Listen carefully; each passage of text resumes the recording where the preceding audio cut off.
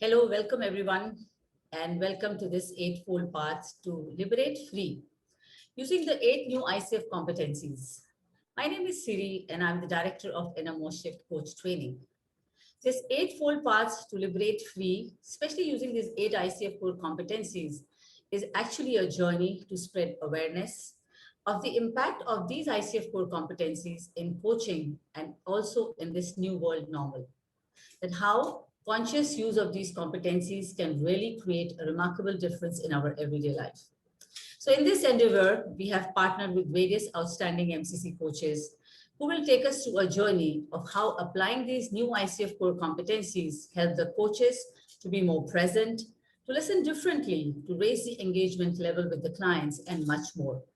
So today we have with us Shahmeen Sadiq, a master certified coach, and Shahmeen created Anjali Leadership in 2005 after her 15 years career working her way up with the leadership ladder in the Ontario Public Service. Anjali is a Sanskrit word which means heartfelt offering. And everything Shahmeen delivers is indeed an heartfelt offering. As she puts it, I always loved the name Anjali and intended to give this name to my daughter. However, life gave me two sons and a stepdaughter, the light of her life. So I gave the name to my business instead. Turns out I couldn't have chosen better, as everything we are up to here is indeed an offer straight from the heart. Shameen's combination of direct client working, training, and mentoring other practitioners led to the evolution of a powerful model for leadership development, the art and heart of coaching. This model has much of a focus on the development of the coach and guide. It has on how to effectively work with clients, and leadership coaches and consultants have found it to be very profoundly useful and continue to seek advanced coach training and mentoring from her in her ever expanding numbers. A very powerful message from Shameen in these times, though a little longer, but I could feel that it has touched my heart, and I'm sure that it's going to touch many, many more people. She says, I feel a huge acceleration happening on all levels: interior, local, national, global, energetic, universal, and beyond. The pull to return to normal is strong, yet life, earth, and spirit are inviting us to move through this into some sort of new ways that we cannot see or articulate yet. Many structures will be pulled down and new ones will emerge. And this new way will emerge through a collective inner process that includes silence, receptivity, and inspired advocacy and action. This is a radical departure from the normal of keeping working hard and thinking hard and you will solve the problem that so many across the planet are employing right now. And if we are to be a catalyst for birthing the new way, it is essential to continue to strengthen our containers and our capacity to serve. Heart workers, very beautifully said, and light workers, the people who hold roles like coach, teacher, and healer, who can be with and facilitate what is unfolding, will find guidance, community, and support in the well. The Well is a program she runs in the service of finding new ways to live, to be, and work, remembering we are all members of one human family. Very, very beautifully said, Shameen. I'm really touched by it. And when I was just reading this, I was just thinking that today we have a competency which you talk about is maintains presence. So beautiful, it speaks of the presence. So would you like to share something, Shameen? Well, I just want to say thank you so much. I know that you're reading things that I've written and put out on my website or elsewhere, but it is a very different experience to hear it being read back to me, and I'm very touched that you chose those pieces to focus on.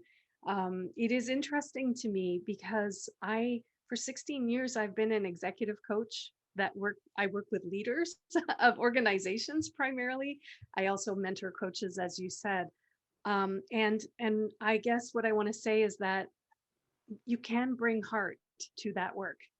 I think I hear others thinking about this and speaking about it as if they're two separate things. Like the corporate world shouldn't be talking about these things, and yet the clients in the corporate world that I work with, are actually hungering for a depth of conversation that isn't present in their normal everyday life.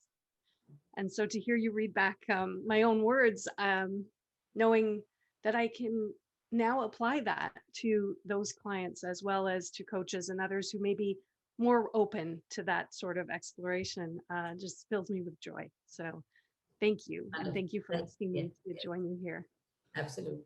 So, what do you think, Shahmeen, that increased importance of maintaining presence in coaching session and beyond, how it has helped you, and if you could share some of your cases of coaching, that how you could really, use this presence and create a wonderful effect and longer lasting change in the people whom you have coached. Hmm. Um, I think it's important to start by saying that in order to maintain presence with others, the most important thing is that you as a coach, you have to maintain presence with yourself. So so presence is not a technique that I apply outwards, that I read about and sort of apply a framework to somebody else and say you should do this. It actually is sourced from inside me and inside you as a coach. That's where it actually comes from. So when you were talking about the art and heart of coaching and that model of actually working on the coach's own development first, I am very passionate and very clear that that is the essential beginning of this. So maintaining presence with another means developing the capacity to to be with more disruptive, difficult things. And I mean, my goodness, the last 14 months have certainly given us many opportunities to practice that. And so it is really about strengthening your own container first. And then, you don't have to be finished with that, but you should be in the process of strengthening your own capacity, growing a way to be with things that would normally knock you off center. I'm talking about things like depression, suicidal ideation, other mental health concerns, and like things that lead to mental health disorders. I'm talking also about divorce, job loss. These are things that are hard for most humans. I know myself. I had a partner who had lost his job, and it took him a while to kind of come back. That's really hard to be with. How do you stay present with someone in that kind of a situation and not need to escape and run away? Because it's only then that we can really be of service to someone else, is if we can actually sit with their discomfort or their discouragement or difficulty. So my overarching message to coaches is you've got to create a stronger container for yourself. And then when you've done that, then or when you're in the process of doing that, then it becomes easier to work with clients. So you wanted me to talk about some specific Yes. situations. Maybe some, yeah, situations when you were coaching some executives or Yeah, leaders and how sure.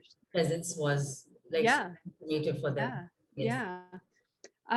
Well, I'm going to start with a story that I consider a success story, and you're going to laugh when I tell you, because Mhm. I think that the traditional way of thinking about leadership is that one should rise to more senior levels of leadership. And in fact, a lot of organizations are organized that way.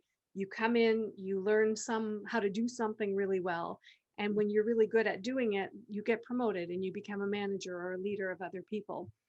So one client that I worked with many years ago, she was actually what we would call high potential. So she was working on a very large project, leading a very large project, and the entire organization thought she was amazing. And they wanted her to become the CIO of that organization.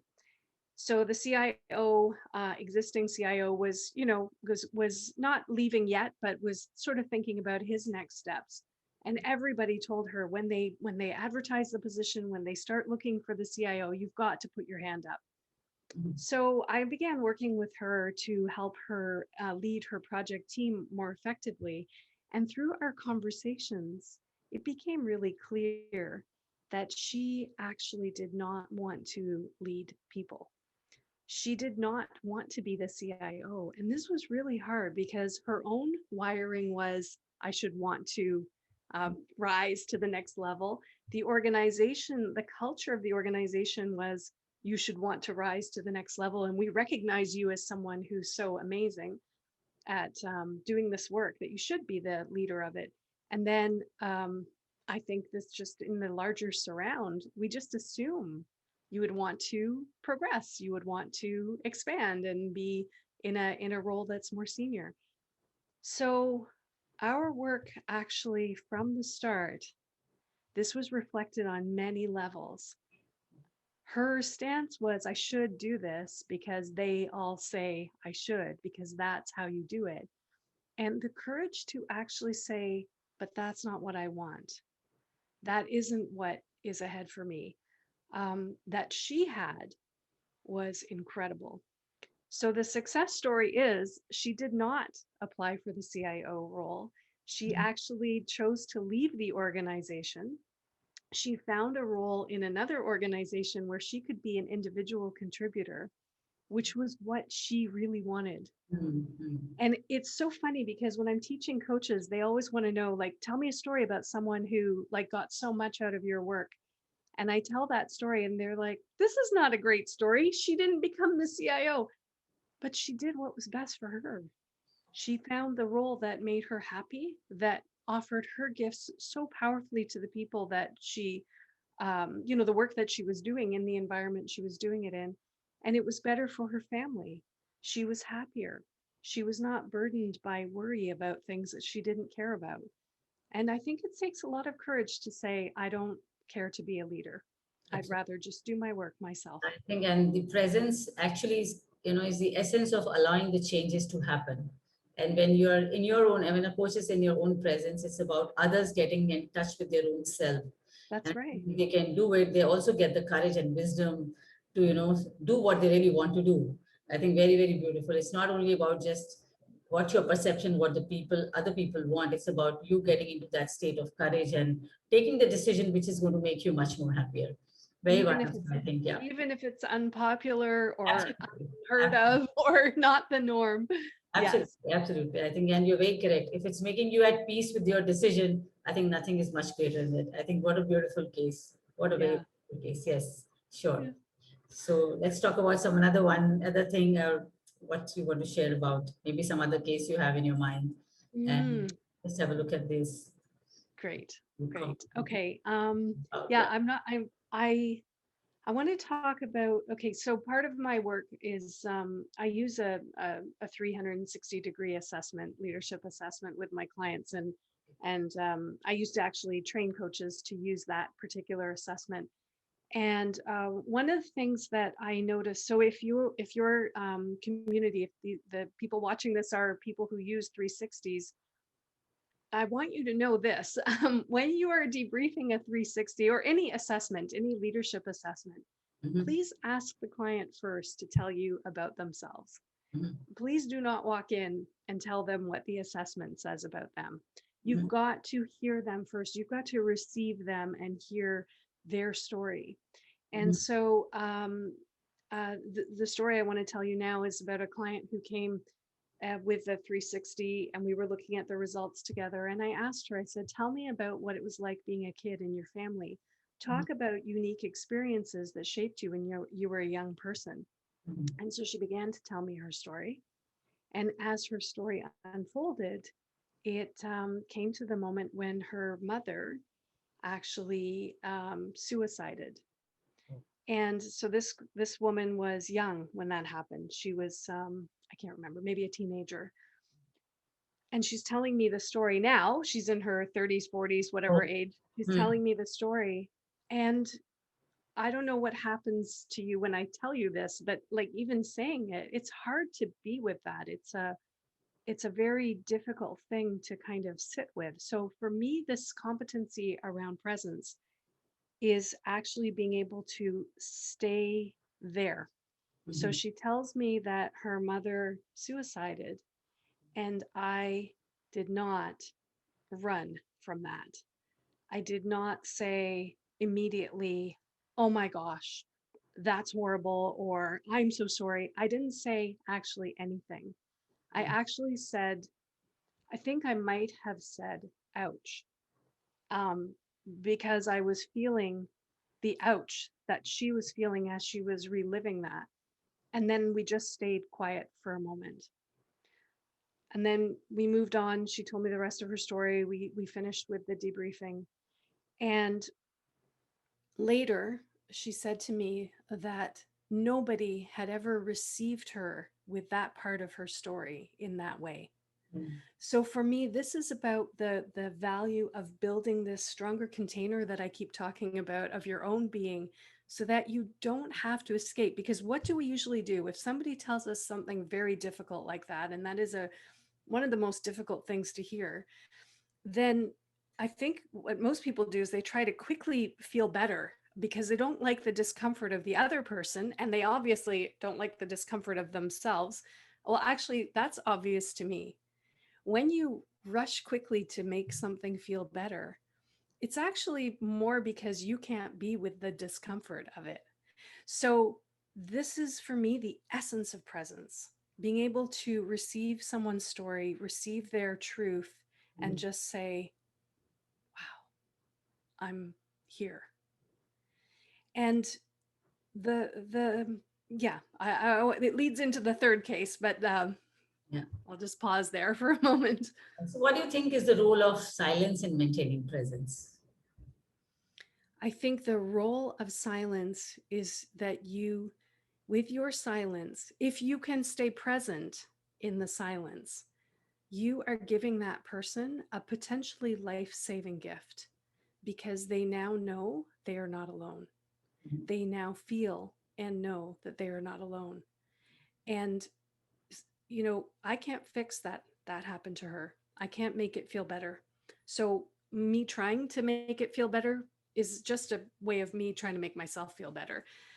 Just remaining present with what is present with them, and just sitting with it with them and saying, well, I don't really know. So your silence is kind of saying, I don't really know what to do with this. I don't know how to make it better, but I'm willing to stay here with you in it a little bit longer. And just that is, I tell you this, your loving presence is more helpful to another human being than any words you could say, any powerful question you could ask, any technique you've learned that you could apply. Your loving presence is a life-saving gift. That's very, very beautiful said, being silent and also being in the presence. I think that Yes. could be just something like a miraculous change it can bring into you, and, as well when you're coaching people, and especially such kind of a story when you're doing it. Asking you one little bit, more inside question, because it's very difficult when somebody is telling you that kind of a story, and you're very right. So I was also, kind of understanding my own self many times when people come to you and talk about their story, and suddenly you want to make them at ease because somewhere you want to be at ease. You're not feeling that comfortable with it, very, very rightly said. So how to really hold yourself in that presence when such story is being told and you're touched and you're internally, there's a difference, there's a some kind of internal movement, but you have to be still in your presence. So how do you do that? What do you do internally so that you're into that? Mm-hmm. Well, it's a perfect question because it really leads to what I also want to talk about today. I think that so there are practices that we can use to become more present, and one of them is, I call it grounding, is being grounded. So I'm a huge what's the right word? I believe in the power of Mother Earth. um, the earth is under your feet all the time. And I think when these things happen, what they do is they kind of pull us off. They pull our energy up out through our heads, and they pull even our bodies off center.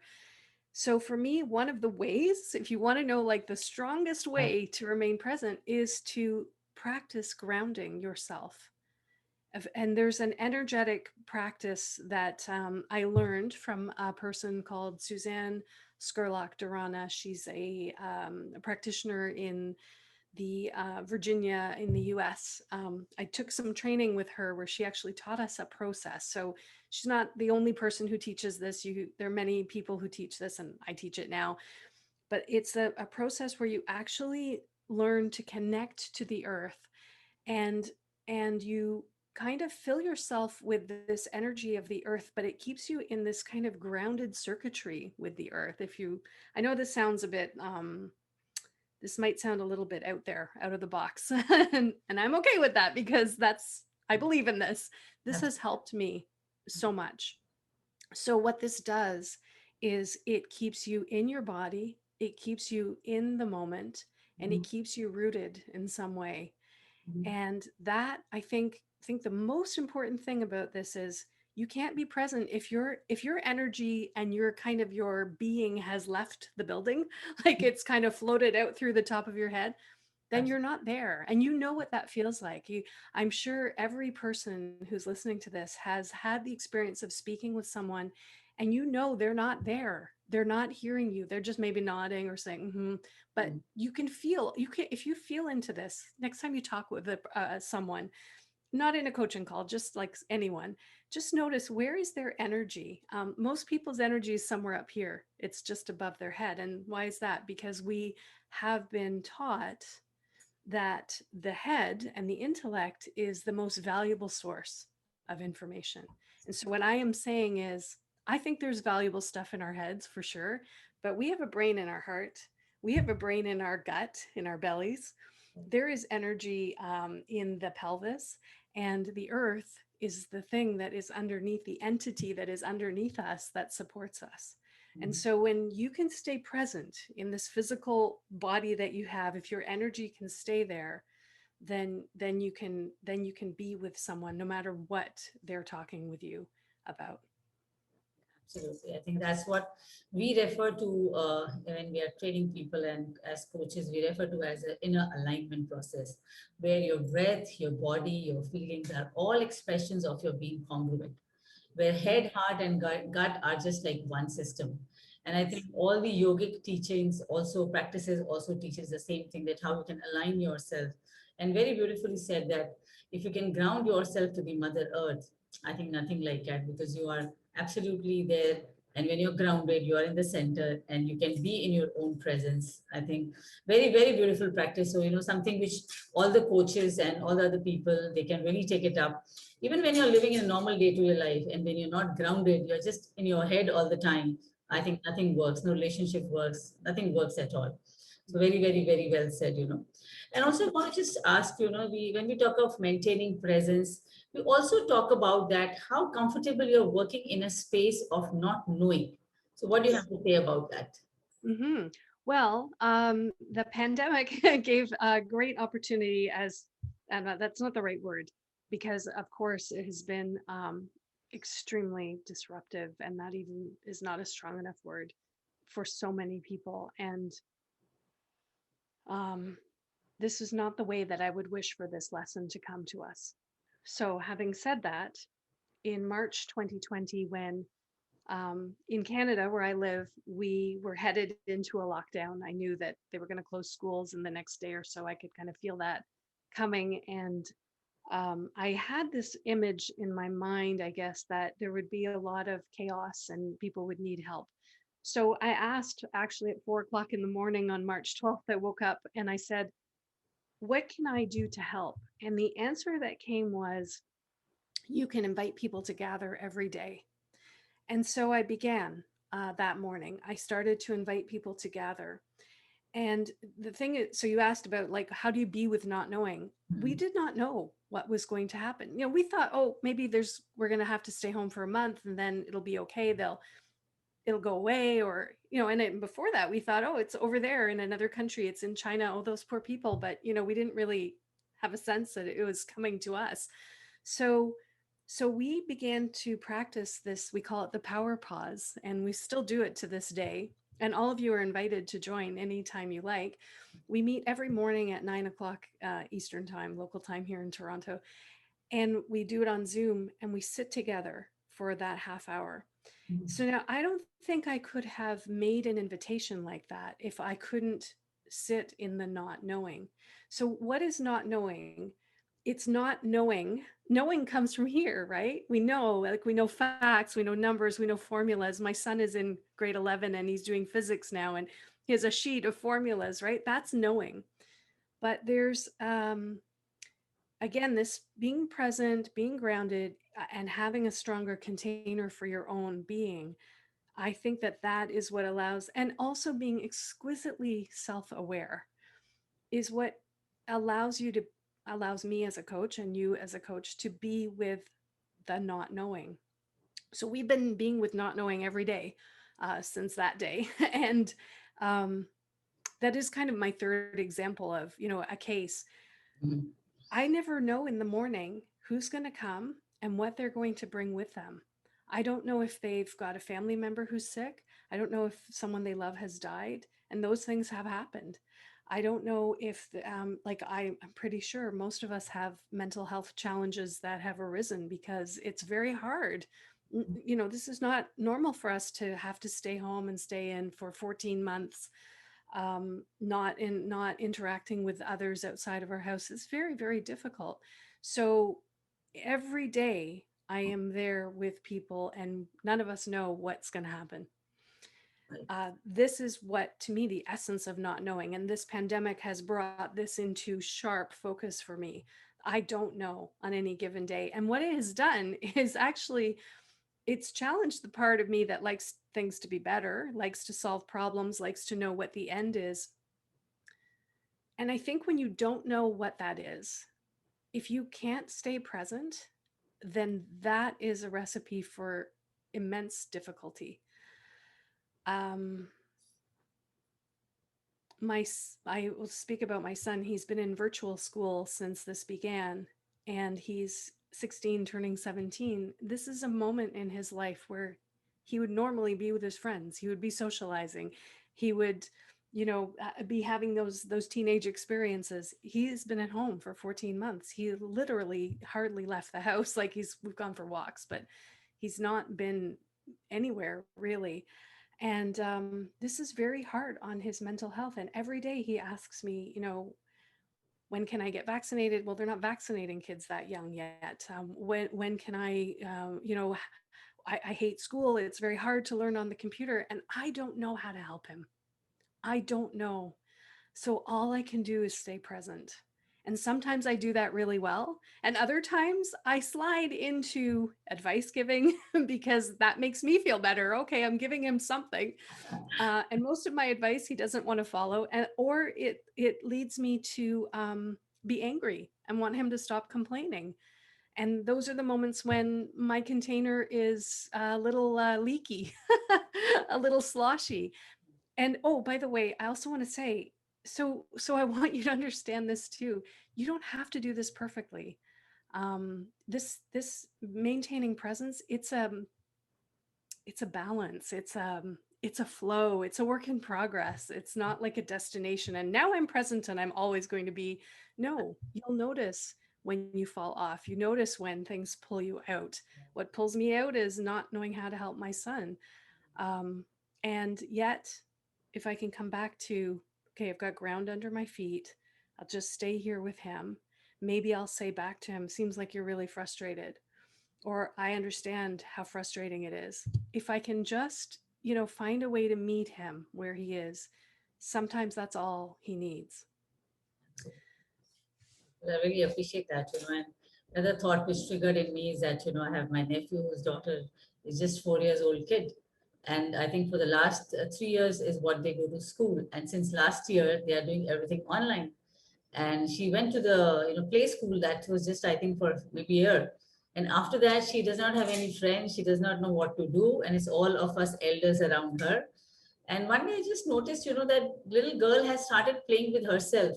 So she's talking to herself and she's, just doing the toys and everything around her because there is no friendship. There's no knowing of what friendship is all about. Because she's not with anybody else except the people. You're very correct. Something when you are not knowing and how to handle that. So what could be one of the inner qualities, Shahmeen, that one can have to welcome this unknown? What do you think? What a person needs? Or a coach needs. I think I think I think there are two things that are true about all of us all the time. One is that we're works in progress. We are all people who are growing and changing and can develop ourselves. But the other one, which I think is more important, is that you are enough. I am enough. You are enough. They are enough. I think if you can remember that you are enough, even if you don't know what to do, even if you don't have the right words, even if you can't make them stop crying, even if you can't bring happiness to someone who is sad, even if you can't solve a problem at work, and even if you don't know what's going to happen tomorrow, if you can remember that you are enough, that gives you a base to work from. And there are a number of threads that underpin my work and kind of flow through all the different arenas, because I have, everybody can come to the Power Pause. The Well that you talked about is a place for seasoned coaches. I work with the leaders of organizations, and then I also mentor coaches. So there are threads that run through each of them. One of them is work that I call undefending. And undefending is, okay, people talk about the ego and how you should not have an ego and you need to like let go of your ego. I don't quite see it like that. I think ego is a sense of self, and I think that's kind of important. Um, uh, However, if you can come to, and this is part of the work of strengthening your container, if you can come to a place where no matter what happens, you still know that you're enough. You still feel like you're lovable, you're enough, you're good enough, you have value. If you can tell yourself that, no matter what the external markers are, then I think that is the strongest foundation that any of us can have. And so the work of doing that, I call that undefending. And again, it's not a destination. It's not like, okay, I'm not worried about what anybody else says and I don't care, because you know what? As soon as you think that you're finished with something, life's going to come and take you out at the knees and give you a chance to practice and start again.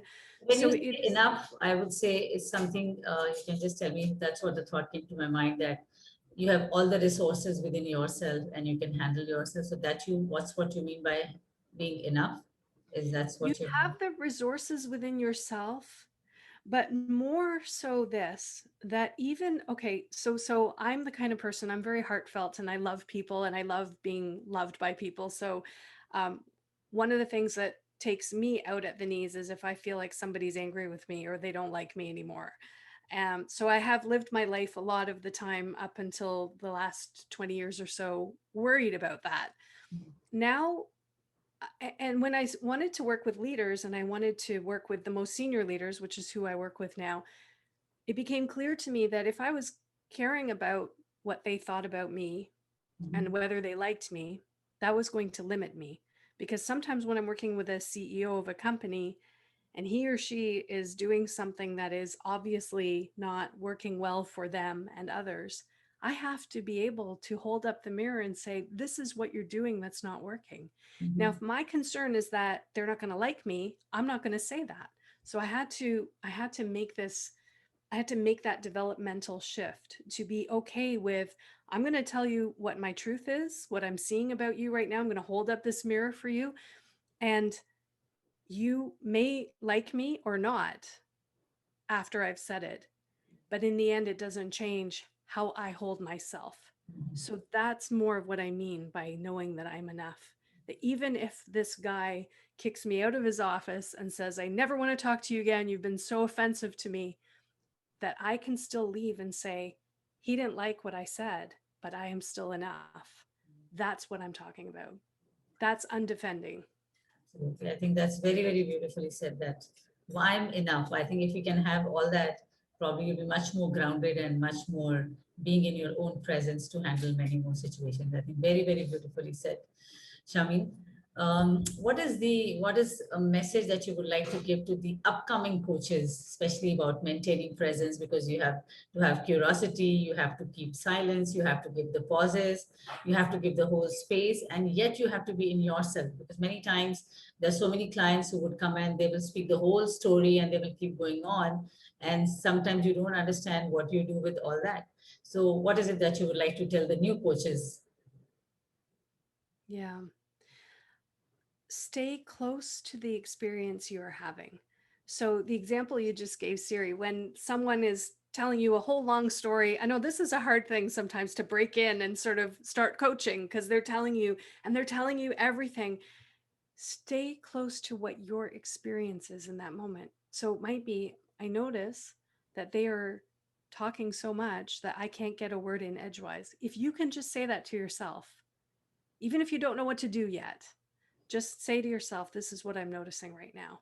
Because I think in that time, and I've been in that situation, what you might be thinking is, obviously, I'm terrible at coaching. I can't even, like, I haven't been able to ask a question. I don't know what to do. If I was a better coach, I would know. No, no, no. Don't say that. Like, if you do say that to yourself, just notice, oh, I'm criticizing myself.